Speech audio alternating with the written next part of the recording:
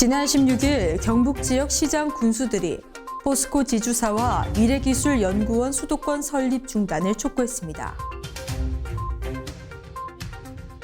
영천시의회 의원연구단체인 청년정책연구모임이 16일 의회 간담회장에서 연구용역 최종 보고회를 개최했습니다. 의성군은 최근 과수화상병의 발생과 유입 차단을 위해 관련 종사자들을 대상으로 사전 예방 조치가 포함된 행정명령을 내렸습니다. 고령군이 오는 28일까지 한 달간 주소지 읍면사무소에서 농어민수당 지원 사업을 접수받고 있습니다. 시청자 여러분 안녕하십니까? 오늘의 경북 소식입니다. 지난 16일 경북 지역 시장 군수들이 포스코 지주사와 미래기술연구원 수도권 설립 중단을 촉구했습니다. 경북시장군수협의회는 이날 군위군 삼국 유사 테마파크에서 민선 7기 16차 정기회의를 열고 결의문을 채택하며 지역균형 발전에 역행하는 포스코 홀딩스와 미래기술연구원 수도권 설립 중단을 촉구하고 함께 대응할 것을 다짐했습니다. 협의회는 현재 수도권 집중 현상으로 지방도시는 붕괴 직전이라며 기업도 지역균형 발전이라는 시대적 소명을 무겁게 받아들이고 사회적 책임을 다해야 한다고 밝혔습니다. 또 포스코 홀딩스 서울 설립과 미래기술연구원 수도권 설립을 중단하고 포항 설립을 즉각 추진해야 한다며 포스코는 지역민이 느끼는 상실감에 대해 지역 상생협력 대책을 마련하고 철강 부문 재투자 및 신사업 입장을 표명해야 한다고 강조했습니다. 경북도가 16일 안동의료원에서 전국 최초로 코로나 대응 인력의 몸과 마음을 회복하기 위해 정신건강 상담 등을 제공하는 미타버스 출범식을 가졌습니다. 도는 경북의 숨은 방역 영웅들의 사기 진작을 위해 방역요원 재충전 프로그램, 특별 승진과 함께 3종 세트로 제안된 프로젝트 중 하나입니다. 미타버스는 45인승 버스를 4개의 방으로 구성해 잠시 휴식을 즐길 수 있는 다과방, 의료기기 마사지로 피로회복을 도모하는 활력방, 전문 물리치료 서비스가 제공되는 충전방, 그리고 개인별 마음건강 검진과 상담을 받을 수 있는 상담방 등으로 공간을 마련했습니다. 미타버스는 상반기 시군 보건소 및 감염병 전담병원에 54회 방문할 예정이며 이후 사업장과 경로당, 그리고 지역 주민 등도 이용할 수 있도록 확대할 방침입니다. 영천시의회 의원연구단체인 청년정책연구모임이 16일 의회 간담회장에서 연구용역 최종 보고회를 개최했습니다.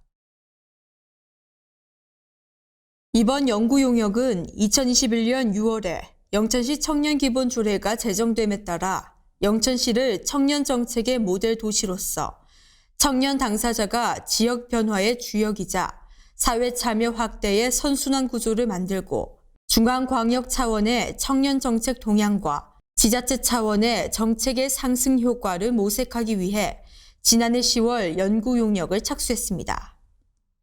이날 조창호 대표의원을 비롯한 연구모임 소속 정기택 의원, 최순례 의원 및 영천시 관련 부서 관계자, 영천시 청년 등이 참석한 가운데 연구 내용을 공유하고 이에 대해 집중적으로 의견을 교환했습니다.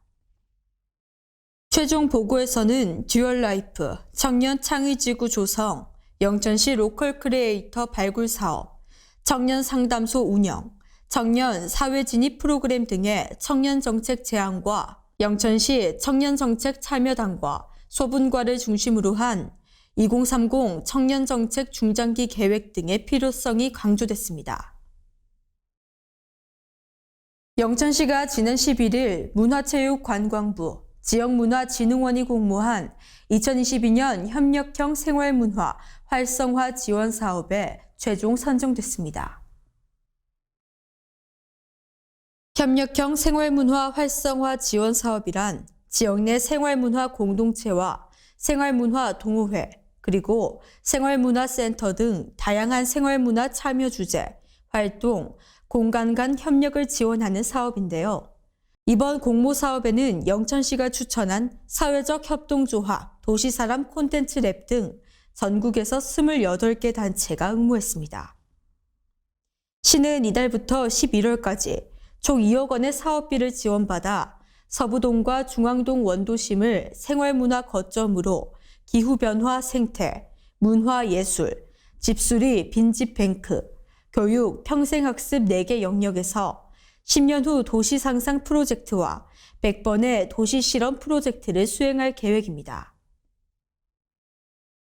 의성구는 최근 과수화상병의 발생과 유입 차단을 위해 관련 종사자들을 대상으로 사전 예방 조치가 포함된 행정명령을 내렸습니다.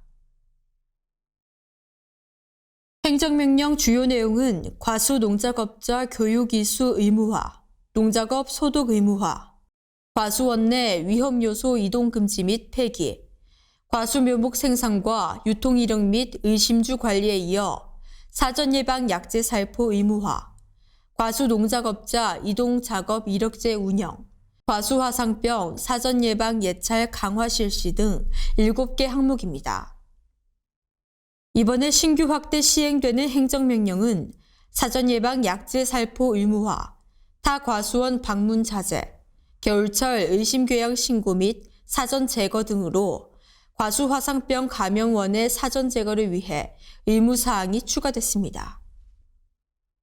농작업 사전 절차 이행 시 행정명령 불이행으로 과수 화상병이 발생할 시 손실보상금을 감액하거나 지급되지 않을 수 있는데요.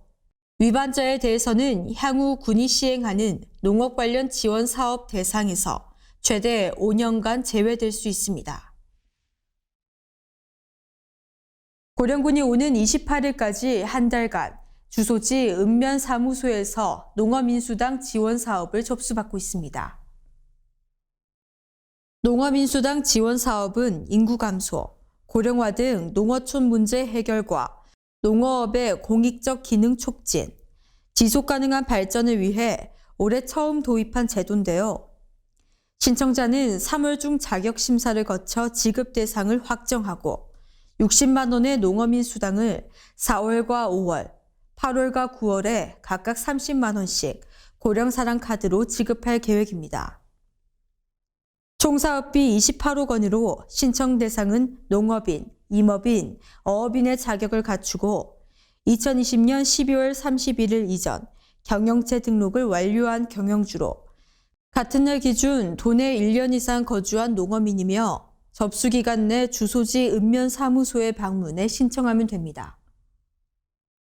다만 농어업 외 종합소득 금액이 3,700만 원 이상이거나 지난해 직불금 등 보조금을 부정수급해 적발된 자, 공무원과 공공기관의 임직원 및 농지법, 산지관리법, 가축전염병 예방법, 수산업법을 위반해 처분을 받은 자, 농어민 수당 지급 대상 경영주의 배우자이거나 실제 거주를 같이 하면서 세대를 분리한 경우에는 지급 대상에서 제외됩니다.